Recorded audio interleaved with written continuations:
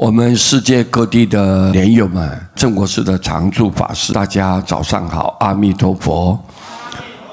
今天借用这个机会来给各位大家简单介绍，释迦佛告诉我们，阿弥陀佛有48大愿，其中第18愿就叫做念佛往生愿。大意就是说，我们十方的一切众生啊，第一，你一定要相信，坚决的相信，极乐世界有阿弥陀佛在那边成佛了，他成佛了。第二，你要相信西方极乐世界太庄严了，太微妙了，我们应该要毫不犹豫的愿意往生，坚决到最后舍报的时候，我就是要到西方极乐世界净土，我一定要见阿弥陀佛。这是我第二个相信。第三个相信，佛要用名号来救我，我愿意称念名号来让他救，从现在一直到我临终，我永不改变。以上这信愿行3件事情，众生如果能切实去修持，佛要是无法救你的话，那佛发愿就不成佛。换一句话说，佛是用成佛这一件很神圣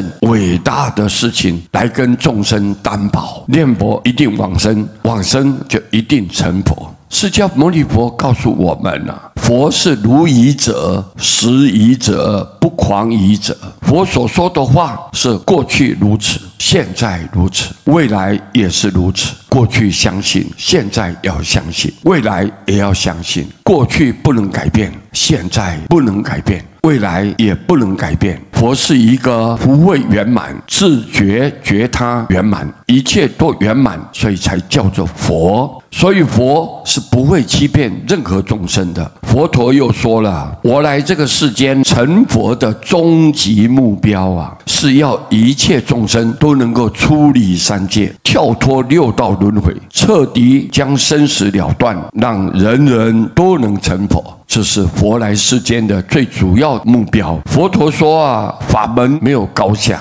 门门都是第一啊，只要能够相应面对的生死有把握，就是妙法。就像药没有贵贱，你吃了有效就是好药嘛。一般的自力法门要修戒定慧，要断贪嗔痴，这叫通俗法门。就现在的一般众生来说呢，尤其是末法时代的众生，更是难上加难。那么特别法门叫做他力法门，完全是依靠阿弥陀佛名号的功德力。只要你信愿行记足，有100个人修，就有100个人往生；有1000个人修，就有1000个人往生；有10000个人修，就有10000个人来往生。所以说，净土法门叫做万修万人去啊，是千文万当、万无一失的殊胜法门，也是我们罪恶深重、身份非常低劣、智慧肤浅、福报很短少的这些凡夫众生唯一可以依靠的法门。这是释迦佛陀来世间所讲的最真实的佛法。